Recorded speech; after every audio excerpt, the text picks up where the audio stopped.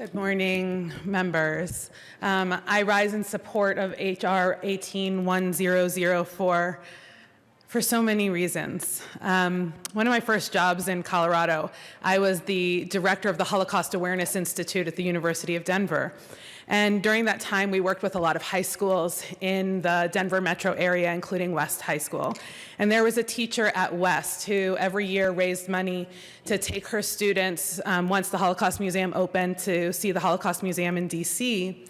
And I remember her approaching me and saying, she wanted to take, she was raising money this one year instead of to DC to take them to Poland.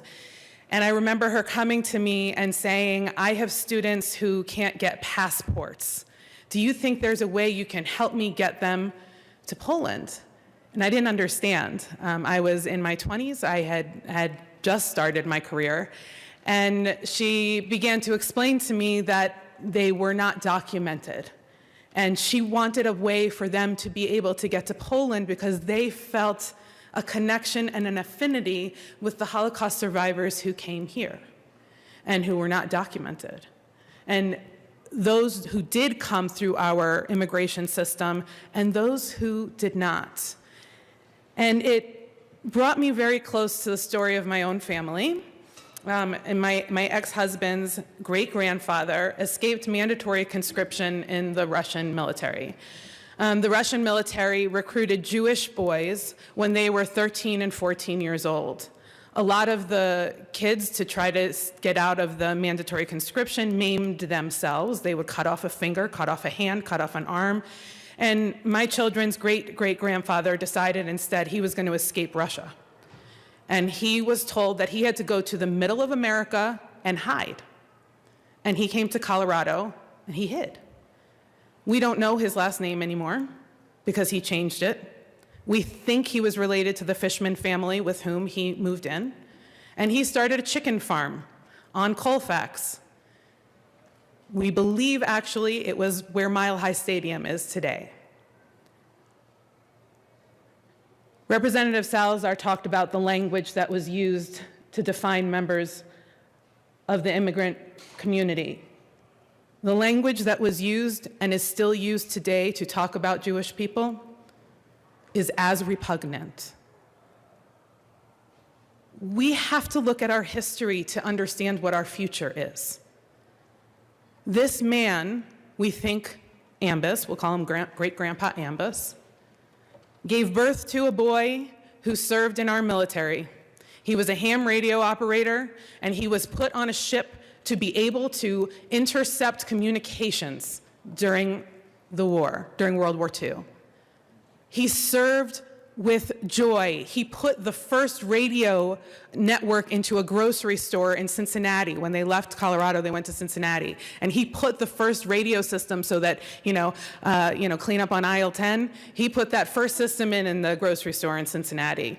WAEF was his radio channel. Al, Ed, and Fred. All three of those boys served in World War II. And they continued to serve our community and build businesses and families and create what is America. I was on the faculty at Metro State University before the Dreamer Act.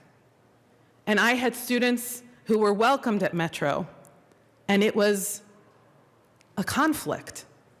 Not for me, but it was something that Metro State had to stand up and say, all Colorado kids are welcome here.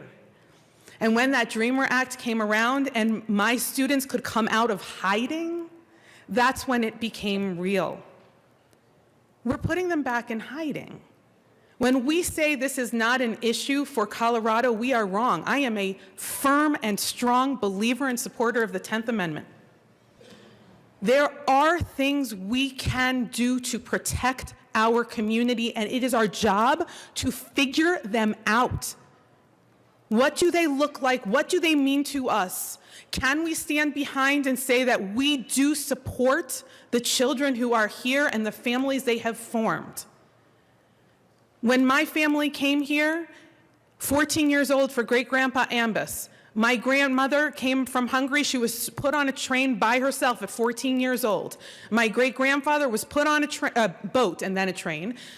was put on a boat when he was also 15 years old. Those are kids without families coming to America to save their future. We must not forget the contributions that have been made by people who have come and colored up our country. That color is what we need. Thank you so much, Madam Speaker and Representative Benavides, my neighbor in Commerce City, where we have many dreamers, and in my community in Aurora, who I love deeply, and the fear that has gripped that community is real. Let's stop it together.